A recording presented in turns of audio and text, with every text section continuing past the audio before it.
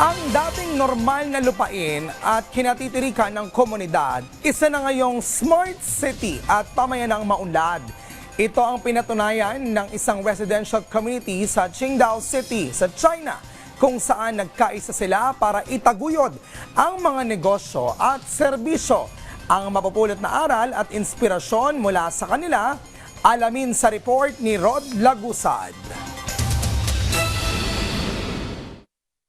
Sustainability, kung saan karamihan sa mga kailangan ng komunidad na ito ay libre o makukuha sa mas mababang halaga. Kung iisipin ay tila swak para sa mas maayos na pamumuhay, partikular na para sa mga senior citizens. Ganito ang pinatunayan ng Shangliu Jiayuan Residential Community sa lungsod ng Qingdao sa probinsya ng Shandong sa China, na sa kasalukuyan ay may mahigit 5,000 mga residente. Ang dating sakahan at kinatitirikan ng mga tradisyonal na makabahayan ng mga magsasaka, ngayon ay puno na ng mga gusali, iba't ibang mga negosyo at serbisyo. Nagkaisa mga magsasaka noon na pagsama-samahin ng kani-kanilang mga lupain, hindi para ibenta, kundi gamitin ito para makabuo ng mga negosyo na kalaunan ay lumago sa pagdaan ng panahon. Patuloy ito nakakatulong sa bawat miyembro at kani-kanilang mga pamilya sa pamamagitan ng natatanggap nilang kita bilang mga miyembro, kasama ng karagdagang halaga na natatanggap ng kanilang mga pamilya. Ngayon, ang komunidad na ito ay may tuturing ng smart city na patuloy sa innovation at pagpapaalaga sa mga naninirahan dito. Ito ang Green Canteen dito sa Shangliu Jiayuan District, kung saan ang mga senior citizens na residente dito ay nakakakuha ng 70% na discount sa mga pagkain na kanilang bibilin, na siyang malaking tulong para sa mga senior citizens na naninirahan dito sa lugar. Ang mga pagkain dito ay tiyak na masarap at masustansya. Now it's summer, so the highest temperature is already near 30 degrees centigrade. It's getting very hot outside, so we do not like to cook inside our home. So the community canteen is very convenient for us.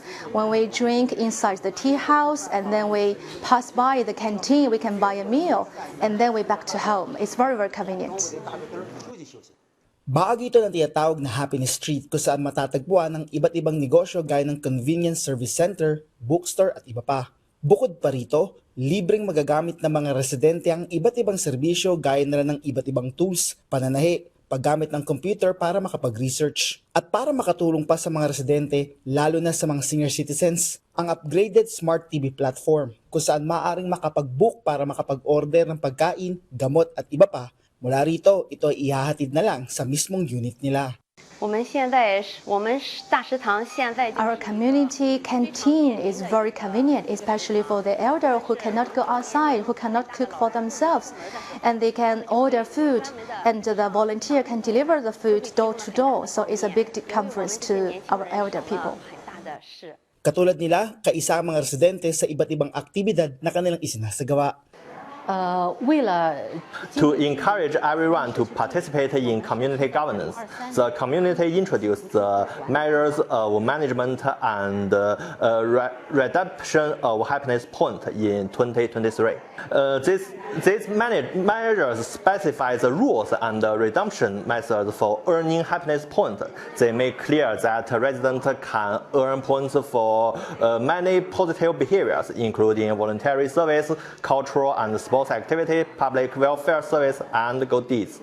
At kahit naging matagumpay na ang kanilang komunidad, hindi nila nakalimutan ang kanilang pinanggalingan, kaya may isang dedicated museum sa lugar. Sa huli, dahil sa pagtutulungan ng bawat isa sa kanila, naging matagumpay ang kanilang komunidad, patunay lang na ang pakikisa ay malayo ang mararating.